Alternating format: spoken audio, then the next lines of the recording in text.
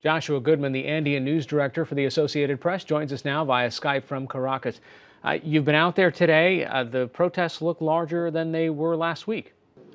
They look about the same, but that's pretty damn big. We haven't seen protests like this for a number of years, and I think there's really a sense now of optimism, which we also haven't seen for a year. People feel like change is kind of just around the corner, and the crowds were extremely, excited to see the Juan Guaido, who's declared himself interim president, telling them that in the next few days they're going to be starting to receive humanitarian aid in some of the neighboring countries around Venezuela. What does this do to Nicolas Maduro? I mean, he's literally got out his window a man who claims to be the president of the country with thousands of people supporting him on the streets. That's right. And Guaido and the opposition is not really staying put. I mean, organizing a humanitarian aid convoy from Colombia or Brazil, that's a huge undertaking, which requires a lot of support and a lot of authority, a lot of cooperation with other partners in the world.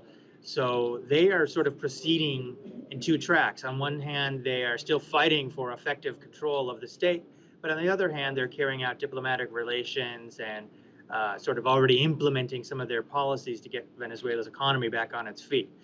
Yeah, Maduro needs to be worried. He's never been in a situation like that. Chavismo, which, by the way, celebrates 20 years today in power, has also never been in a situation like that. The one missing piece for the opposition right now is the military. So far, they've been pretty loyal to Maduro. We've seen a few minor defections and little uprisings, but for the most part, they're not showing any sign of changing their loyalties en masse right now. All right, there was an Air Force general who kind of made a selfie video, Mr. Yanez. How important is he in this arc of lots of military brass? Well, he was not a household name. I had never heard of him before his video. He did it, we think, from Colombia.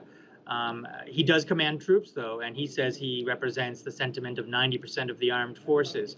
Look, I mean, there are generals there who do have power within the military, and there is a view that, if a major one of them defects, say the defense minister or one of the people who people do know, that they would bring with them large swaths of the military. But, the armed forces in Venezuela have gone under quite a bit of ideological training over the past 2 decades. And it's also got to be said that they're not extremely organized in the way they were in the past. So we could see a situation where some generals defect, but others remain loyal. And I think that that's really sort of the worrisome scenario, a scenario where you have soldiers fighting soldiers for either two of the sides of the political argument here, and that could produce a lot of bloodshed. What happens on the streets in the meantime? I mean, is there any respite for the kind of economic calamity that's happening? It's not like because that there is this hope on the streets that there is suddenly bread on the shelves.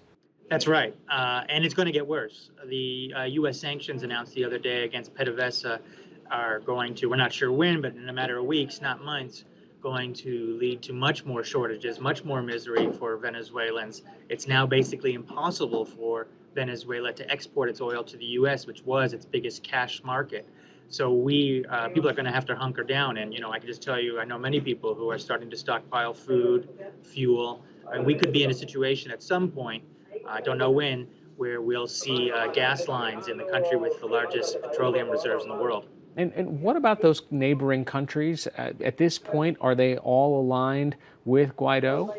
Not all of them. Many of them are. There's a few dozen that have recognized Guaido. Maduro has support, especially among, the hard ideological left, Bolivia, Nicaragua, Cuba, but also some more moderate countries like Mexico and Uruguay, countries that are trying to promote a dialogue, believing that, basically this show of force will run its course, and at some point the two sides will need to sit down and negotiate.